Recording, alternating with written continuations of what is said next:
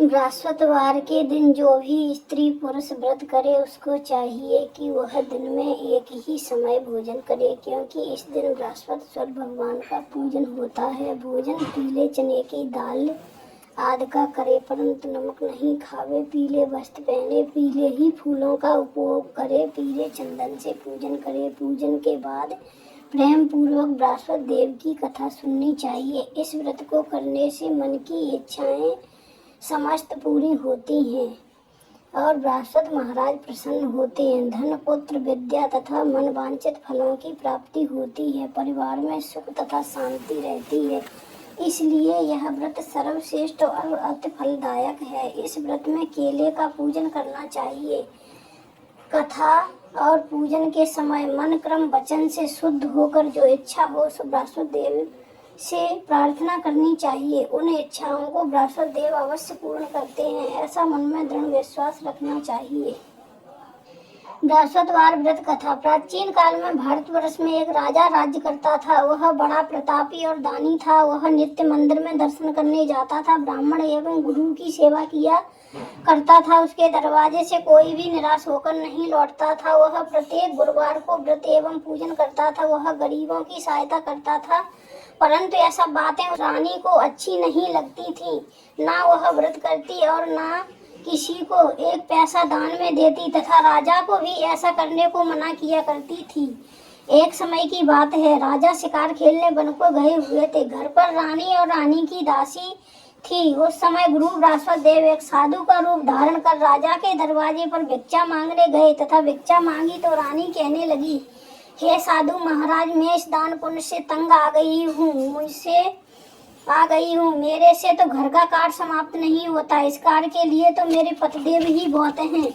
अब आप ऐसी कृपा करें कि ऐसा धन नष्ट हो जावे तथा मैं आराम से रह सकूं। साधु बोले, हे देवी, तुम बड़ी विचित्र हो। संतान और धन से कोई दुखी नहीं होता, इसको सभी चाहते हैं। पापी भी पुत्र और धन की इच्छा करता है। अगर आपके पास धन अधिक है तो भूखे मनुष्यों को भोजन कराओ, प्याऊ लगवाओ, ब्राह्मणों को दान दो, धर्मशाला बनवाओ, कुआं, तालाब, बावड़ी, बाग, बगीचा आदि के निर्माण करवाओ।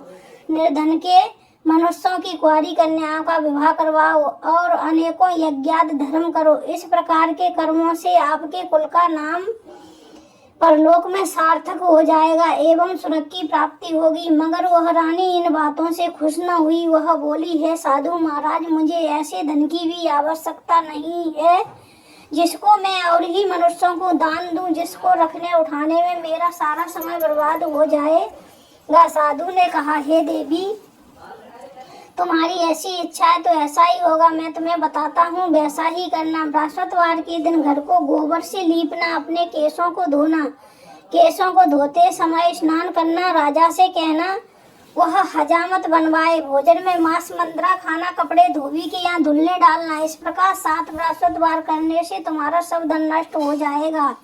ऐसा कहकर साधु महाराज वहाँ से अंतर ध्यान हो गए। रानी ने साधु के कहे अनुसार वैसा ही किया। 3 बृहस्पतिवार बीत पाए थे कि उसका समाप्त धन नष्ट हो गया। वह भोजन के लिए दोनों समय तरसने लगे, संसारिक भोगों से दुखी रहने लगे। तब वह राजा रानी से कहने लगा कि रानी, तुम यहाँ पर रहो, मैं दूसरे देश जाता हूँ, क्योंकि यहाँ पर मुझे सभी मनुष्य जानते हैं, इसलिए कोई कार्य नहीं कर सकता। देश चोरी परदेश भीख बराबर है। ऐसा कहकर राजा परदेश चला गया। वहाँ जंगल जाता और लकड़ी काट कर लाता, शहर में बेचता। इस तरह जीवन व्यतीत करने लगा। इधर राजा के घर रानी और दासी दुखी रहने लगी। किसी दिन भोजन मिल जाता, किसी दिन जल पी कर ही रह जाती। एक समय रानी और दासी को 7 रोज बिना भोजन के व्यतीत हो गए तो रानी ने अपनी दासी से कहा, हे दासी, यहाँ पास ही नगर में मेरी बहन रहती है, वह बड़ी धनवान है, तू उसके पास जा, वहाँ से 5 शेर बेजर मांग ला। रानी की आज्ञा मानकर दासी उनकी बहन के पास गई। रानी की बहन उस समय पूजन कर रही थी, क्योंकि उस रोज बृहस्पतिवार था। जब दासी ने रानी की बहन को देखा और उससे बोली, हे रानी, मुझे तुम्हारी बहन ने भेजा है, मेरे लिए 5 शेर बेजर दे दो। इस प्रकार दासी ने अनेक बार कहा, परंतु रानी ने कुछ उत्तर नहीं दिया, क्योंकि वह उस समय बृहस्पतिवार की कथा सुन रही थी। इस प्रकार जब दासी को किसी प्रकार का उत्तर नहीं मिला तो वह बहुत दुखी हुई एवं क्रोध भी आया। परंतु वह बिना कुछ कहे लौटकर अपनी रानी के पास आकर बोली, हे रानी, तुम्हारी बहन तो बहुत ही घमंडी है। वह छोटे लोगों से बात भी नहीं करती, इसलिए उसने मेरी बात का कोई उत्तर नहीं दिया। मैं वापस चली आई। रानी बोली, हे दासी, इसमें उसका कोई दोष नहीं है। जब बुरे दिन आते हैं तब कोई सहारा नहीं देता। अच्छे बुरे का आपत्ति काल में ही पता लगता है। अब जो ईश्वर की इच्छा होगी वही होगा, यह हमारे भाग्य का दोष है।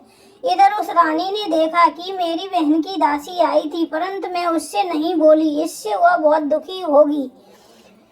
यह सोच कथा और विष्णु भगवान का पूजन समाप्त कर वह रानी बहन के घर गई और अपनी बहन से कहने लगी, हे बहन, मैं बृहस्पतिवार का व्रत कर रही थी, तुम्हारी दासी गई, परंतु जब तक कथा होती है तब तक ना उठते हैं ना बोलते हैं, इसलिए मैं नहीं बोली। कहो दासी क्यों गई थी? रानी बोली, बहन, हमारे अनाज नहीं था, वैसे तुमसे कोई बात छिपी नहीं है, इस कारण मैंने दासी को तुम्हारे पास 5 सेर बेजर लेने के लिए भेजा था। रानी बोली, बहन, बृहस्पति भगवान सभी की मनोकामना पूर्ण करते हैं, देखो शायद तुम्हारे घर में अनाज रखा हो। इस प्रकार के वचन जब रानी ने सुने तो घर के अंदर गई, वहां उसे एक घड़ा बेजर का भरा मिल गया। अब तो रानी और दासी बहुत खुश हुई और दासी कहने लगी, हे रानी, देखो, वैसे हमको जब भोजन नहीं मिलता तो हम रोज ही व्रत करते हैं, अगर इनसे बृहस्पतिवार के व्रत की विधि और कथा पूछ ली जाए तो इसे हम भी किया करें। तब उस रानी ने अपनी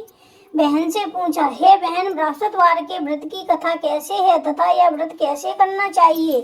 रानी की बहन ने कहा, बृहस्पतिवार के व्रत में चने की दाल मुनक्का से विष्णु भगवान का केले की जड़ में पूजन करे तथा दीपक जलावे और पीला भोजन करे तथा कहानी सुने, इससे बृहस्पति भगवान प्रसन्न होकर अन्न पुत्र धन देते हैं।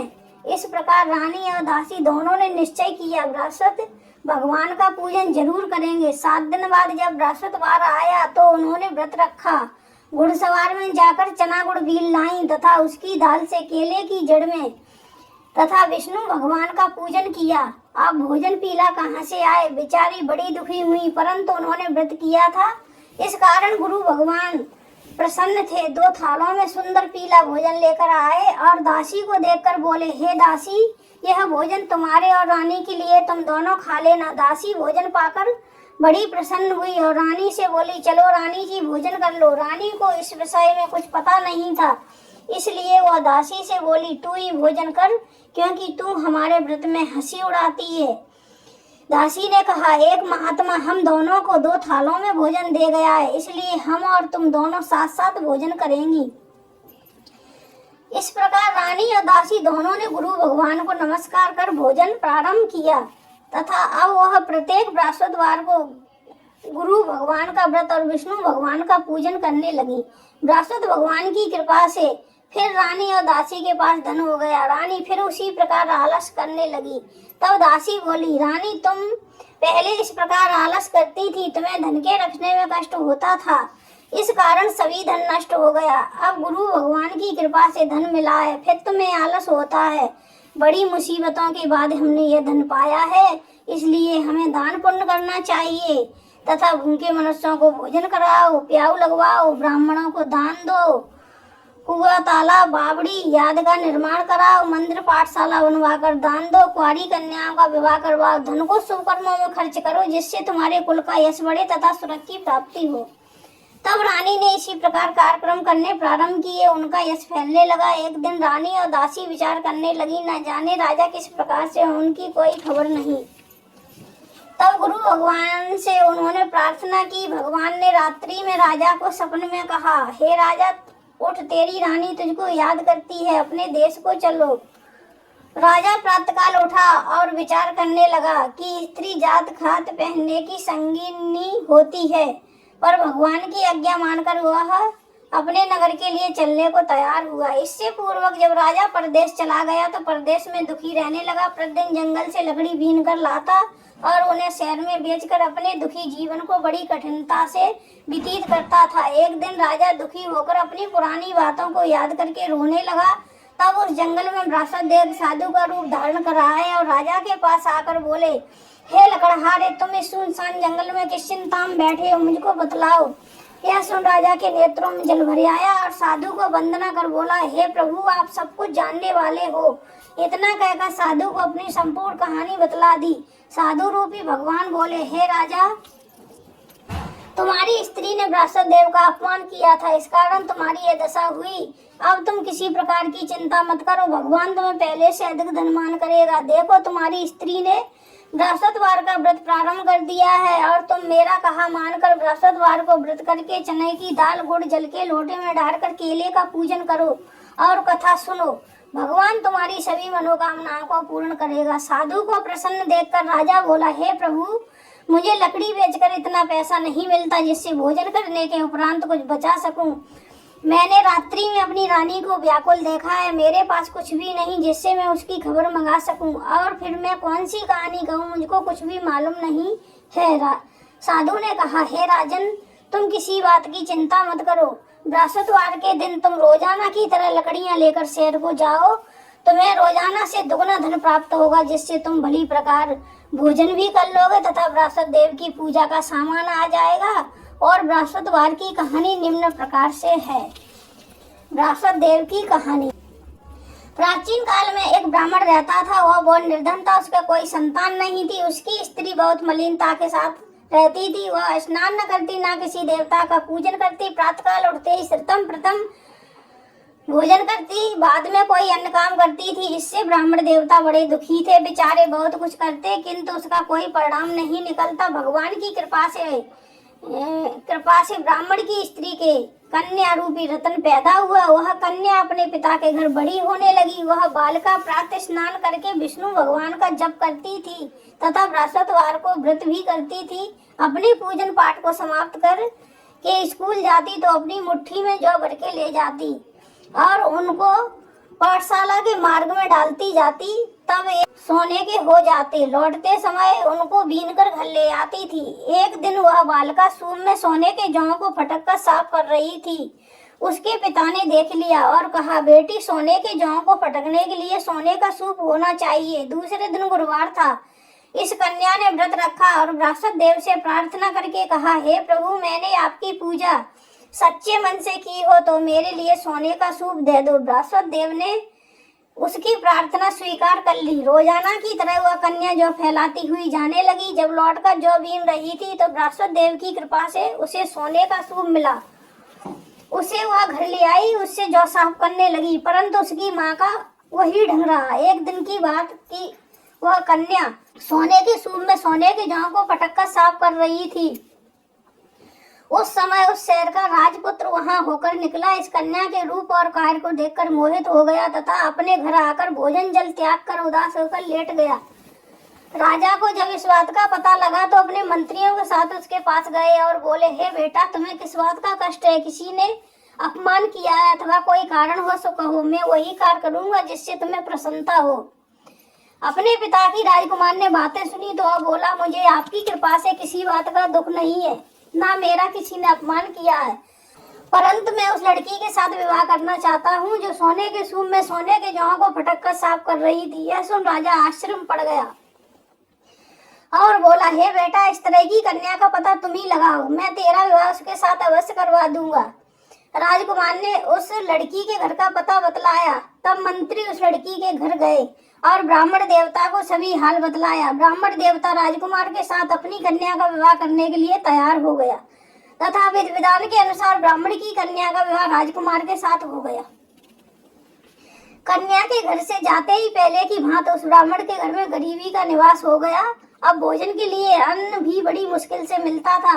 एक दिन दुखी होकर ब्राह्मण देवता अपनी पुत्री के पास गए। बेटी ने अपने पिता की दुखी अवस्था को देखा तो माँ का हाल पूछा। तब ब्राह्मण ने सभी हाल कहा। कन्या ने बहुत सा धन देकर अपने पिता की विदा कर दिया। इस तरह ब्राह्मण का कुछ समय सुखपूर्वक व्यतीत हुआ। कुछ दिन बाद फिर वही हाल हो गया। ब्राह्मण फिर अपनी कन्या के यहाँ गए और सभी हाल कहा। लड़की बोली, हे पिताजी, आप माताजी को लिवा लाओ, मैं उन्हें विधि बता दूंगी जिससे तुम्हारी गरीबी दूर हो जाएगी। वह ब्राह्मण देवता अपनी स्त्री को साथ लेकर पहुंचे तो पुत्री अपनी माँ को समझाने लगी, हे माँ, तुम प्रातःकाल उठकर सर्वप्रथम स्नान करके विष्णु भगवान का पूजन किया करो तो सब दरिद्रता दूर हो जाएगी। परंतु उसकी माँ ने एक भी बात नहीं मानी और प्रातःकाल उठकर अपनी पुत्री के बच्चों की जूठन को उठाकर खा लिया।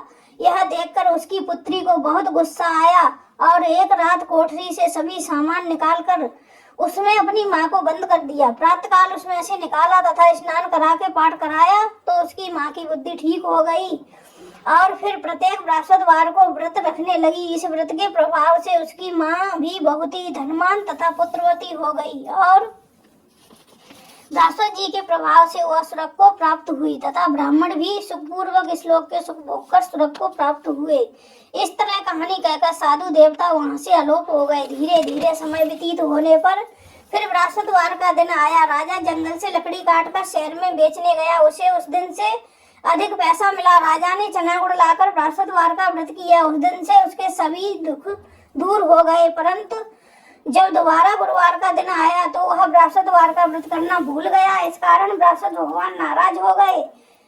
उस दिन उस नगर के राजा ने विशाल यज्ञ का आयोजन किया तथा शहर में एक घोषणा करा दी कि कोई भी मनुष्य अपने यहाँ भोजन न बनाए, आग न जलावे। समस्त प्रजा मेरे यहाँ भोजन करने आए। जो इस आज्ञा को नहीं मानेगा उसके लिए फांसी की सजा दी जाएगी। इस तरह की घोषणा संपूर्ण नगर में करवा दी गई। राजा की आज्ञा अनुसार शहर के सभी लोग भोजन करने आए, लेकिन लकड़हारा कुछ देर से पहुंचा, इसलिए राजा उसको अपने साथ लिवा ले गए। जब वह उसे घर पर भोजन करा रहे थे तो रानी की दृष्टि उस कुटी पर पड़ी जिस पर उसका हार लटका हुआ था। वह वहां दिखाई नहीं दिया। रानी ने सोचा मेरा हार इसी मनुष्य ने चुरा लिया है। उसी समय सैनिक को बुलवाकर राजा जेल खाने में डलवा दिया। जब राजा जेल खाने में पड़ गया और बहुत दुखी होकर विचार करने लगा कि न जाने कौन से पूर्व जन्म के कर्म से मेरे लिए दुख प्राप्त हुआ है, वह उसी साधु की याद करने लगा जो जंगल में मिला था। उसी समय तत्काल बृहस्पति देव साधु के रूप में प्रकट हुए और उसकी दशा को देखकर कहने लगे, अरे मूर्ख, तूने बृहस्पति देवता की कथा नहीं कही, इसी कारण तेरे को दुख प्राप्त हुआ है। अब चिंता मत कर, बृहस्पतिवार के दिन जेल खाने के दरवाजे पर रुपए पड़े मिलेंगे, उनसे तुम बृहस्पति देव का पूजन करना, तेरे सभी कष्ट दूर हो जाएंगे। बृहस्पतिवार के रोज उसे रुपए पड़े मिले। राजा ने कथा कही। उसी रात्रि को बृहस्पति देव ने उस नगर के राजा को सपने में कहा, हे राजा, तुमने जिस आदमी को जेल खाने में बंद कर दिया है वह निर्दोष है, वह राजा है, उसे छोड़ देना। रानी का हार उसी कुटी पर लटका हुआ है। अगर तू ऐसा नहीं करेगा तो मैं तेरे राज्य को नष्ट कर दूंगा। इस तरह रात्रि के सपन को देखकर राजा प्रातःकाल उठा और कुटी पर हाथ देखकर लकड़हारे को बुलाकर क्षमा मांगी तथा राजा के योग्य सुंदर वस्त्र भूषण देकर विदा कर दिया। साधु की आज्ञा अनुसार राजा अपने नगर के लिए चल दिया। राजा जब नगर के निकट पहुंचा तो उसे बड़ा ही आश्चर्य हुआ। नगर में पहले से अधिक बाग, तालाब, कुएं, धर्मशाला, मंदिर बन गए हैं। राजा ने पूछा कि यह किसका बाग और धर्मशाला है। तब नगर के लोग कहने लगे, यह सब रानी और बांदी के हैं। राजा को आश्चर्य हुआ और गुस्सा भी आया। जब रानी ने यह खबर सुनी कि राजा आ रहे हैं तो उसने अपनी दासी से कहा कि हे दासी, देख राजा हमको कितनी बुरी हालत में छोड़ गए थे। वह हमारी ऐसी हालत देखकर लौट न जाएं, इसलिए तू दरवाजे पर खड़ी हो जा।